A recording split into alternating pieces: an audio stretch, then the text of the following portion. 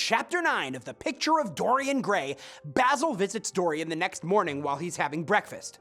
He's full of sympathy over Sybil's death and doesn't believe what he was told the night before about Dorian going to the opera after Sybil died.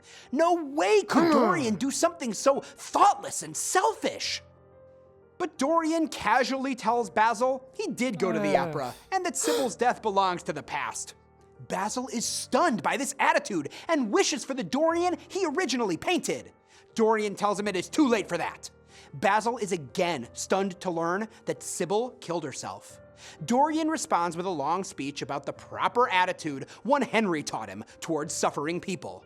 They should become spectators in their own lives.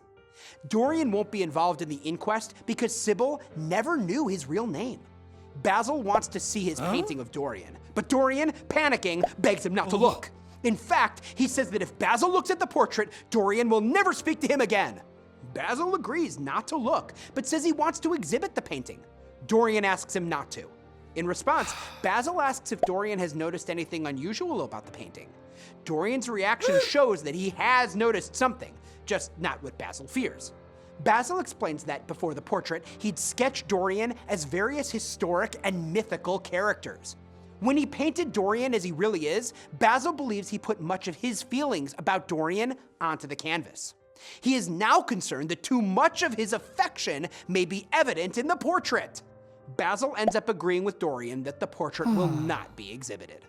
Dorian's pleased, but can't imagine ever being influenced by someone else's personality the way Basil has admitted he was. But he refuses to ever pose for Basil again, insisting they must now just be friends. In his preface to the novel, Wilde evaluates people who find ugly meanings in beautiful things, and those who find beautiful meanings in beautiful things. Chapter 9 fills in the rest of that spectrum, for in this chapter, Dorian shows himself to be someone who can refuse to see the meaning and ugliness in an ugly thing, namely Sybil's death. Dorian explains a theory of self-mastery that is a distorted version of a spiritual perspective. Where a serene soul or enlightened person might be able to let a pain go more quickly than most people through lack of egoistic attachment, Dorian is severing his attachment from the pain of Sybil's death with a blade of pure ego. When Basil asks Dorian if he's noticed anything curious about the painting, Basil's referring to concern about Dorian noticing what might be embarrassing to him. Basil's attitude, clearly one of attraction toward Dorian. But Dorian is focused on the metaphysical strangeness of the actual painting, transforming itself with Dorian's every sin.